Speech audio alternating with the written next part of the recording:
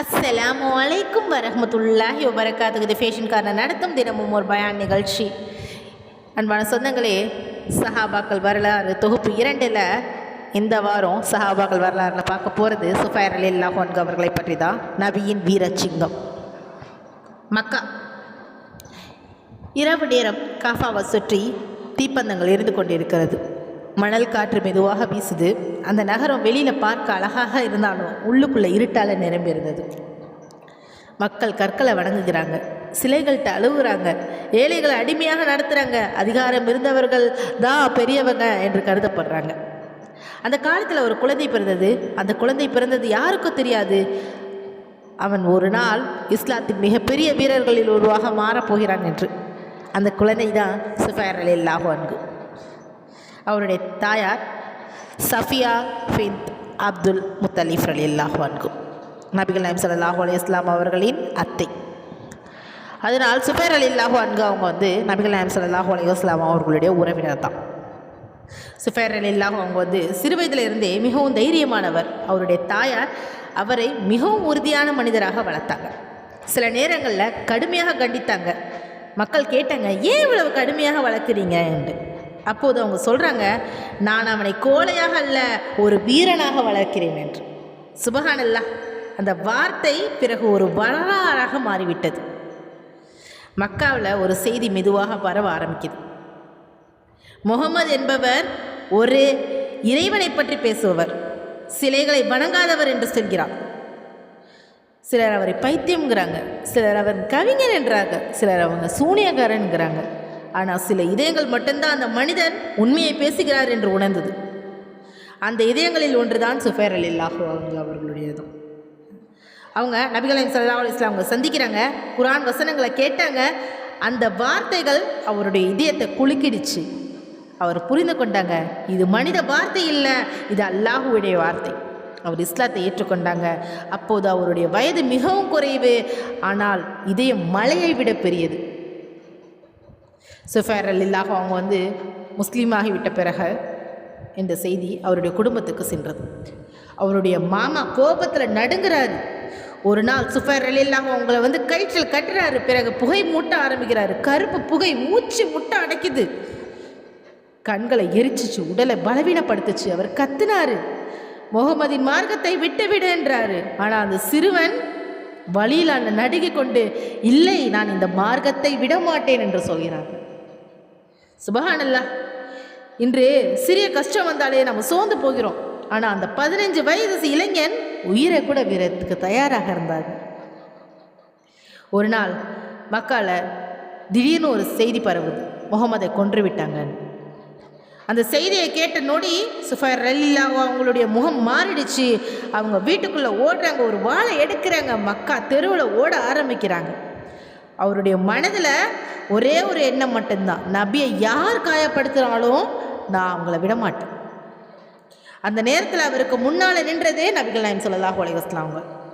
அவங்க நின்றுட்டு அவங்கள பார்த்து கேட்குறாங்க, சுஃபைரை பார்த்து, சுஃபைர், இந்த வாள் ஏன் அப்படின்னு கேட்குறாங்க. அவர் கண்ணீரோட சொல்கிறாரு, யார் சொல்லா உங்களை கொண்டுட்டாங்கன்னு கேள்விப்பட்டேன். அந்த நொடி நபிகள் நாயகம் ஸல்லல்லாஹு அலைஹி வஸல்லம் அவங்க இந்த இளைஞனுடைய இதயத்தை புரிந்து கொண்டாங்க. மக்காவில் முஸ்லீம்களுடைய வாழ்க்கை மிகவும் கடினமானது இருந்துச்சு. ஒவ்வொரு நாளும் புதிய துன்பம், புதிய சோதனை. அப்போது அல்லாஹ் மதீனாவுக்கு ஹிஜ்ரத் செய்ய அனுமதி கொடுத்தான். சுஃபைர் ரலியல்லாஹு அவங்க தன் ஊரை விட்டாங்க, தன் பழைய வாழ்வை விட்டாங்க, அல்லாஹ்வுக்காக, நபிக்காக. சுபஹானல்லாஹ். சஹாபாக்கள் இஸ்லாத்தை வார்த்தையால் மட்டும் நேசிக்கல, அவங்க வாழ்க்கையை மாற்றினாங்க. பத்ர் போரில் இஸ்லாமின் முதல் பெரிய போர். முஸ்லீம்கள் மிக குறைவு, எதிரிகள் மிகவும் அதிகம். ஆனால் அந்த போரில் சுஃபைர் ரலியல்லாஹு அவங்க ஒரு சிங்கம் போல போராடினாங்க. அவருடைய தலையில் மஞ்சள் நிற துணி இருந்துச்சு. பிறகு நபிகள் நாயகம் ஸல்லல்லாஹு அலைஹி வஸல்லம் அவங்க சொல்கிறாங்க, இன்று மலக்குகள் கூட சுஃபைரை போல வந்தாங்க அப்படின்ட்டு. உஹது போரில் முஸ்லீம்கள் மிகவும் கடினமான நாள். ஆரம்பத்தில் வெற்றி பெற்றாங்க. பிறகு ஒரு தவறு, போருடைய நிலையே மாறிடுச்சு. எதிரிகள் நபிகள் நாயகம் ஸல்லல்லாஹு அலைஹி வஸல்லம் அவங்கள சுற்றிட்டாங்க. முகத்தில் ரத்தம், பற்கள் உடைந்துருந்துச்சு. அந்த நேரத்தில் சில சஹாபாக்கள் மட்டும்தான் நபியை காப்பாற்ற நின்றாங்க. அவங்களில் ஒருவர் தான் சுஃபைர் ரலியல்லாஹு அன்ஹு அவங்களும். அவங்க உடலால் நபியை மறைத்தாங்க, வாளால் எதிரிகளை தடுத்தாங்க, உயிரை பணயம் வைத்தாங்க. அப்போது நபிகள் நாயகம் ஸல்லல்லாஹு அலைஹி வஸல்லம் அவங்க சொல்கிறாங்க, ஒவ்வொரு நபிக்கும் ஒரு உதவியாளர் இருக்கிறார். என் உதவியாளர் சுஃபைர் ரலியல்லாஹு அன்ஹு. சுஃபைர் ரலியல்லாஹு அவங்க ஒரு போர் வீரன் மட்டும் இல்லை, ஒரு நல்ல கணவனும். அவர் மனைவி அஸ்மா ரலியல்லாஹு அவங்க அந்த குடும்பம் மிகவும் எளிமையாக வாழ்ந்தது. சில நேரத்தில் சாப்பிட்றதுக்கு கூட உணவு இல்லை, கஷ்டம். அஸ்மா ரலியல்லாஹு தலையில் சுமையை தூக்கினாங்க, தண்ணீர் எடுத்தாங்க, வீட்டு வேலை செய்தாங்க. ஒரு நாள் அவங்களுடைய அந்த நிலைமை நபிகள் நாயகம் ஸல்லல்லாஹு அலைஹி வஸல்லம் அவங்க பார்க்குறாங்க. அவங்களுக்கு மிகவும் கஷ்டமாக இருந்துச்சு. ஆனால் அந்த வீட்டில் வறுமை இருந்தாலும் அன்பு நிறைந்திருந்தது, ஈமான் இருந்தது, சபுர் இருந்தது. காலம் சென்றுச்சு. அல்லாஹ் சுஃபைர் ரலியல்லாஹு அன்ஹு அவர்களுக்கு ரிஸ்கை திறந்தான். அவங்களுக்கு பெரிய வியாபாரியாக மாறினாங்க. ஆனால் பணம் வந்த பிறகு அவங்க மாறலை, ஏழைகளுக்கு உதவினாங்க, அல்லாஹ்வின் பாதையில் செலவு செஞ்சாங்க. ஒரு நாள் நபிகள் நாயகம் ஸல்லல்லாஹு அலைஹி வஸல்லம் அவங்க ஜன்னத் உறுதி செய்யப்பட்ட 10 சஹாபாக்கள் பெயர்களை சொன்னாங்க. அதில் சுஃபைர் ரலியல்லாஹு அன்ஹு அவர்களுடைய பெயரும் இருந்துச்சு. சுப்ஹானல்லாஹ், இன்னும் உயிருடன் இருக்கும்போதே ஜன்னத் உறுதி செய்யப்பட்ட மனிதர் என்ற பெருமை கிடைச்சிச்சு. நபிகள் நாயகம் ஸல்லல்லாஹு அலைஹி வஸல்லம் அவங்க மறைந்த பிறகு முஸ்லீம்களுக்கு சோதனைகள் வந்துச்சு. ஒரு நாள் அலி ரலியல்லாஹு அவங்க சுஃபைர் ரலியல்லாஹு அன்ஹு அவங்கள்ட்ட சொல்கிறாங்க. நபிகள் நாயகம் ஸல்லல்லாஹு அலைஹி வஸல்லம் அவங்க சொல்கிறாங்க, சொன்னதாக அலி ரலியல்லாஹு அவங்க சொல்கிறாங்க, நீ ஒரு நாள் அலியுடன் போராடுவாய், அந்த நேரத்தில் தவறு உன் பக்கம்தான் இருக்கும். நீ ஒரு நாள் அலியுடன் போராடுவாய், அந்த நேரத்தில் தவறு உன் பக்கம்தான் இருக்கும். அந்த வார்த்தையை கேட்ட நொடி சுஃபைர் ரலியல்லாஹு அவங்க நடுங்கினாங்க. அவங்க சொன்னாங்க, நான் போரிட மாட்டேன். அவன் அங்கேருந்து கிளம்பிட்டாங்க. ஆனால் ஒரு மனிதர் மறைவாக தாக்கி விட்டான். சுஃபைர் ரலியல்லாஹு அவங்க ஷஹூதாக்கி விட்டார்.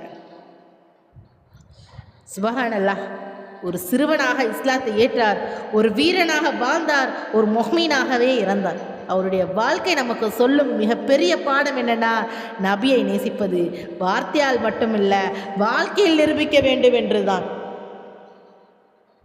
எவ்வளவு அழகாக அவர் நேசிச்சிருக்காரு பார்த்தீங்களா, இஸ்லாத்துக்காகவே தன் உயிரை கெடுத்தார். சுப்ஹானல்லாஹ்.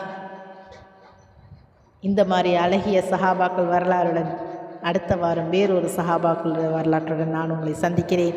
இந்த பயான் உங்களுக்கு பிடிச்சிருந்துச்சுன்னா லைக் பண்ணுங்கள், ஷேர் பண்ணுங்கள், சப்ஸ்கிரைப் பண்ணுங்கள். அஸ்ஸலாமு அலைக்கும் வரஹ்மத்துல்லாஹி வபரகாத்துஹு.